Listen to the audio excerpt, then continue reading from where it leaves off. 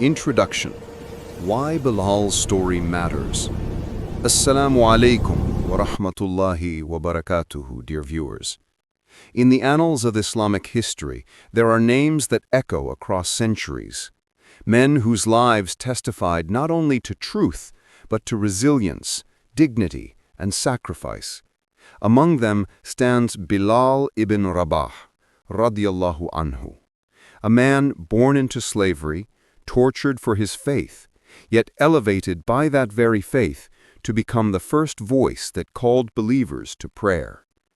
Today, we journey through his life, from the darkest chains to the highest honor. May we draw lessons for our day. Early life and background. Bilal ibn Rabah was born around 580 CE in Mecca, of Abyssinian origin. At a time when slavery was common in Makkah, Bilal belonged to a man named Umayyah ibn Khalaf, a staunch opponent of Islam. His complexion, his origin, none of that mattered to his creator.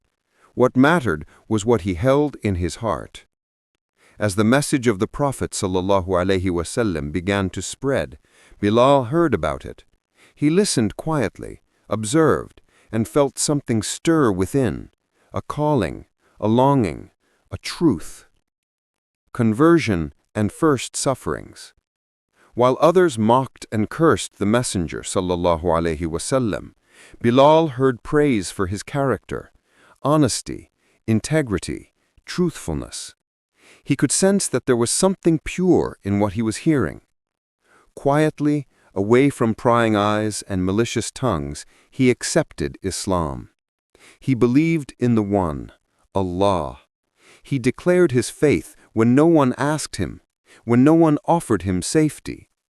Little did he know that this decision would cost him dearly.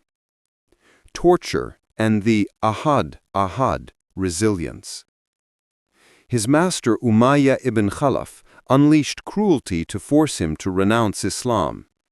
They dragged him across burning sand under the midday sun, spat at him, humiliated him, and pinned a massive rock on his chest, hoping his flesh and spirit would break. Each time they demanded he worship idols, Bilal responded with one word, Ahad, Ahad.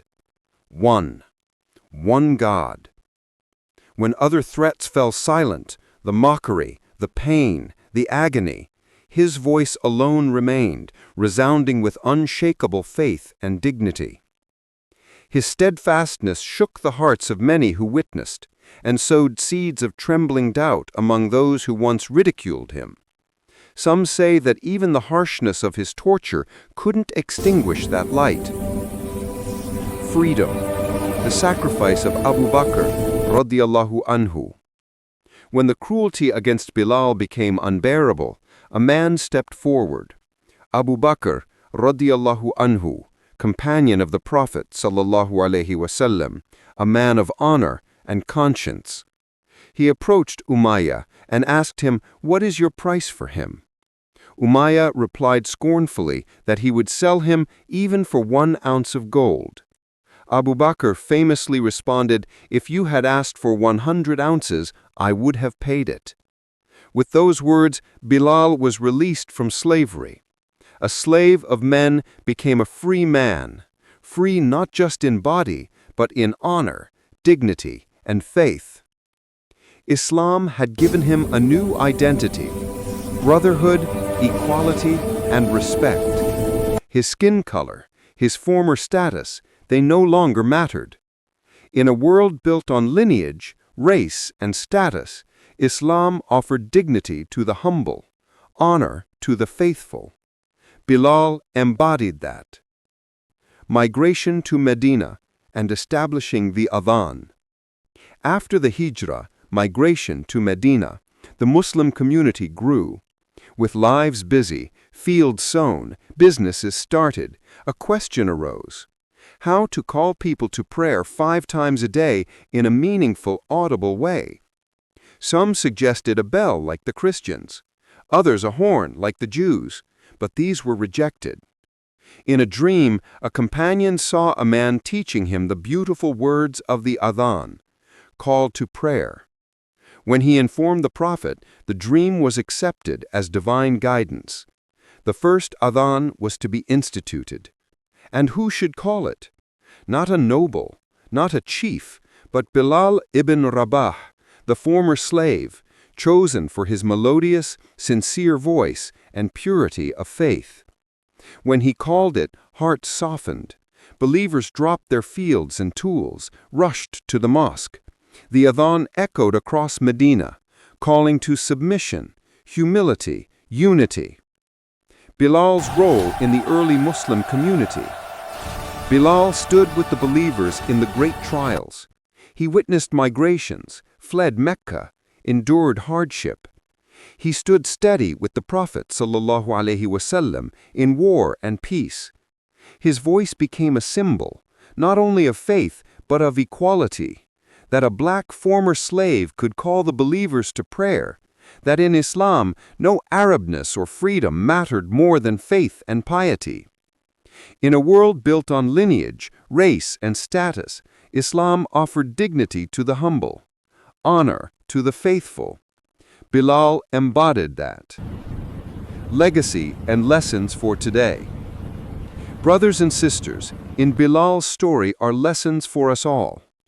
Faith transcends race and status.